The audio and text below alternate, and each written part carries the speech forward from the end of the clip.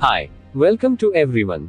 Today, we are going to discuss how we can hide hard disk drives in our computer. On my computer screen, now you can see two drives, local disk C and local disk D. Here, I am going to hide local disk D. For that, you first open desktop and then on the keyboard, type Windows key plus R on the keyboard and enter. Now, you can see run command box on the desktop. Here, you type gp edit.msc, then select OK. On this page, select user configuration. Then, select administrative templates. Then, select Windows components.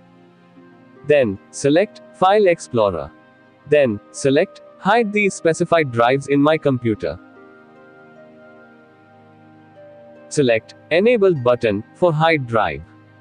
Here, pick one of the following combinations. From here, you can select any drive and hide it. Now, I am going to hide local disk D drive. Then apply OK. Now you see when I check my local disk D drive, it's already hide. Then if you want to unhide that drive again, follow same procedures to enter that page. Then select hide this specified drives in my computer. Then select not configured. Then select OK. Now your drive unhide. If you like this video, please share to others, they can benefit it. Thank you. Bye.